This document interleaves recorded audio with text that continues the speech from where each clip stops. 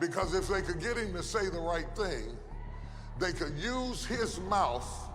T.D. Jakes once dug ditches and sold pop bottles just to survive. He preached by candlelight when his church couldn't pay the electric bill. He built a 191,000-foot mega church from nothing. Then 2024 came and everything cracked open at once. A federal lawsuit tied his name to one of the biggest scandals in entertainment history. Accusations surfaced from decades ago. His own health nearly killed him on live television. And the internet decided his guilt before any court did. What's really going on with T.D. Jakes is darker, sadder, and more complicated than any headline has told you so far.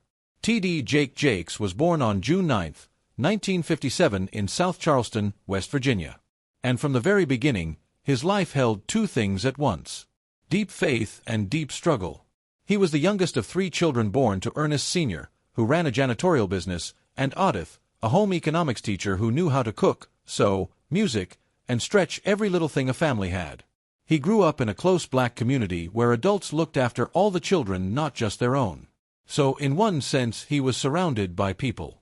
But even with all that care around him, he often felt alone.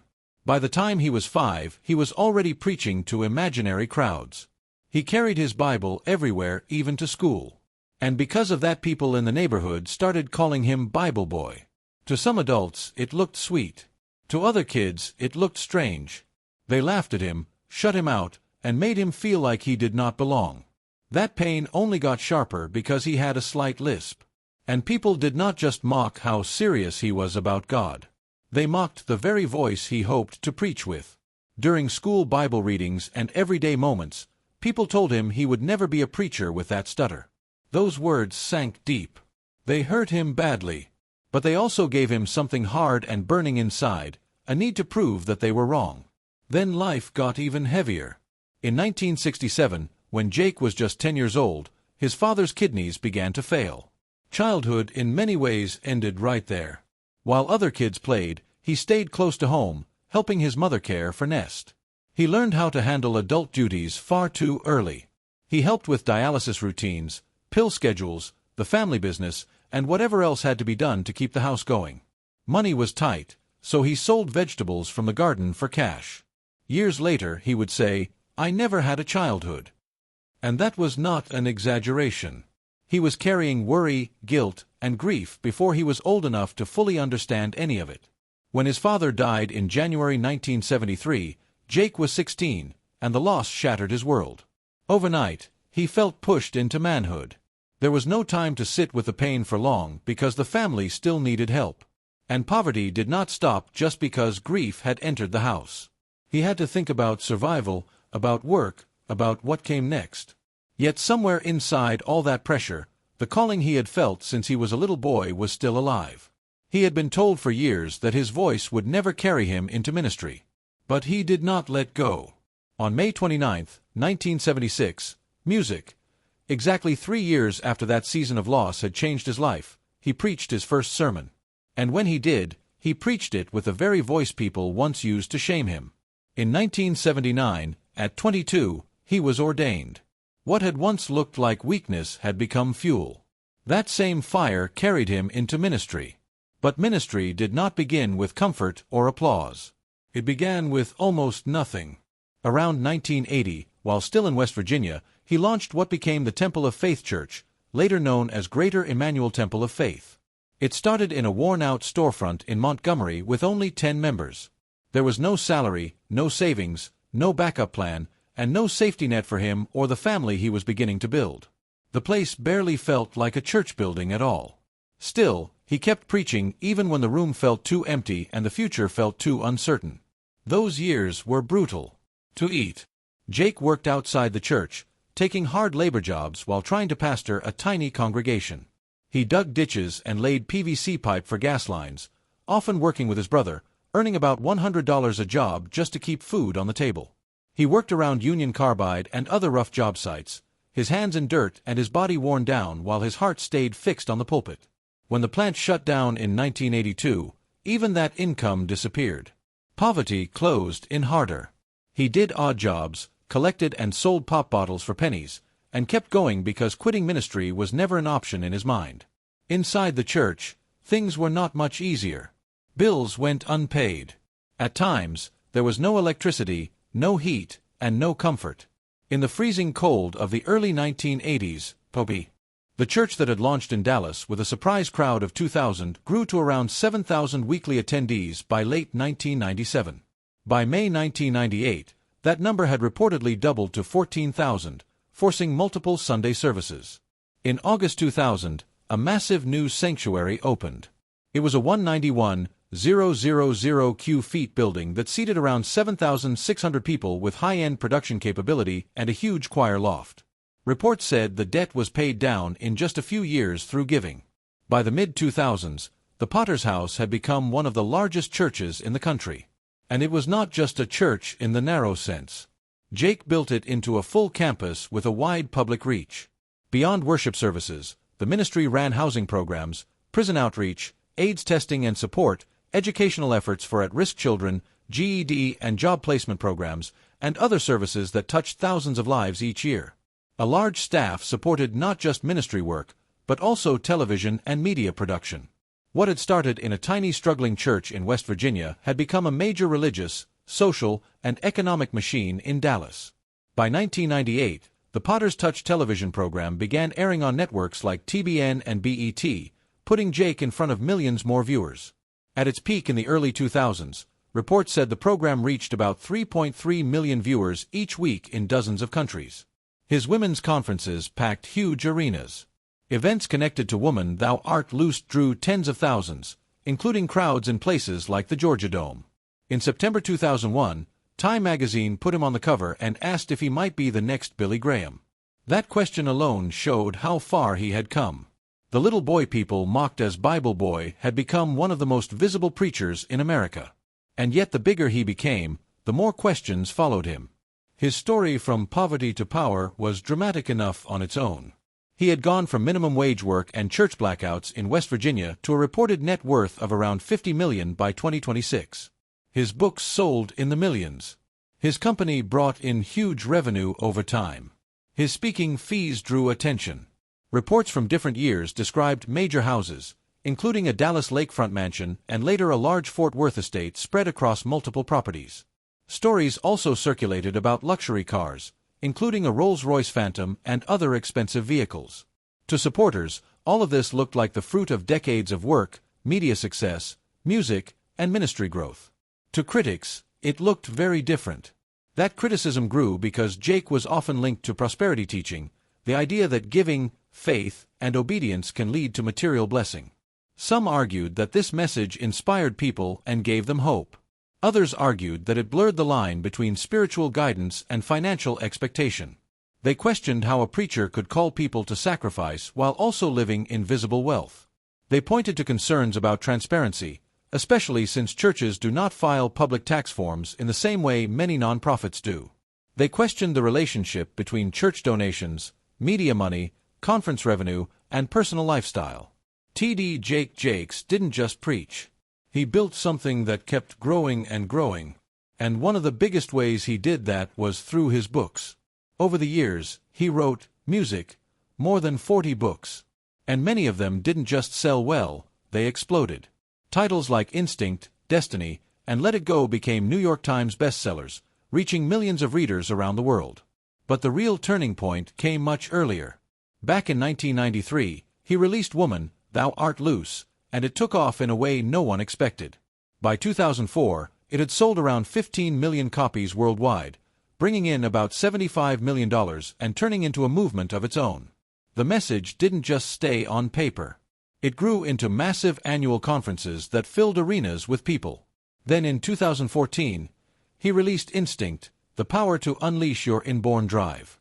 And it hit #1 on the New York Times list in its very first week. Around 260,000 copies were printed right away. And suddenly he was everywhere. Oprah's Life Class, Dr. Phil, Dr. Oz, magazine covers like Ebony and Essence. By that point, his books had crossed over 12 million copies sold. And what started as sermons had quietly turned into a $100 million empire by 2015. And that music success didn't stay in books. It moved onto the screen. In 2004, Woman Thou Art Loosed became a film. It opened in theaters on October 1st, playing in over 400 locations and pulled in more than $2 million in its first weekend alone. By the time it finished its run, it had made close to $6.9 million. That may not sound huge today, but back then, faith-based films rarely crossed $5 million. So, it shocked the industry. And he didn't stop there. In 2011, Jumping the Broom came out with a $7 million budget and made around $38 million worldwide. Other films followed like Not Easily Broken and Sparkle. And by 2012, projects tied to Jake had earned about $127 million at the box office. A preacher had stepped into Hollywood and held his ground. At the same time, he was building something even bigger in real life. Megapest, launched in 2004, became one of the largest faith events in the country. In 2005, Atlanta saw around 100,000 people show up over 4 days. It wasn't just church. It was a mix of worship, music, speakers, and full-scale entertainment. Then, in 2013, Dallas hosted about 75,000 people from over 30 countries, bringing in $41 million to the local economy. Hotels filled up, crowds packed every space, and big names like Oprah Winfrey, Steve Harvey, Jennifer Hudson, and Tyler Perry joined in. By 2015, attendance climbed even higher, crossing 85,000 people. What used to be a simple church gathering had turned into something that felt like a festival and a revival all at once. But as his influence kept growing, so did the risks. In 2021, Jake partnered with Sean Diddy Combs to bring his Kingdom Culture sermons to Revolt TV. At first, it looked like another smart move. His message reached new audiences across digital and live platforms, but things took a sharp turn in 2024. A lawsuit filed by producer Rodney Lil Rod Jones accused Diddy of serious crimes, music, and claimed he planned to use Jake's influence to protect his image, even though there were no accusations. Then came the Diddy era, and with it another wave of claims. On February 26, 2024, Rodney Lil Rod Jones filed a $30 million lawsuit in federal court in New York against Sean Combs. In that filing, Jones claimed Diddy had talked on audio recordings about using his close relationship with Bishop T.D. Jakes to soften the blow from Cassie Ventura's November 16, 2023 sexual abuse lawsuit. That allegation quickly spread online because it linked Jake to a scandal that was already swallowing headlines. It also gave people a reason to revisit the 2021 Revolt TV partnership, where Jake's Kingdom Culture sermons had started airing weekly on Diddy's network. Even though there was no court proof tying Jake to any criminal conduct, the mention alone was enough to set social media on fire. Within days, YouTube and other platforms were flooded with videos claiming Jake had attended Diddy's alleged freak-off parties.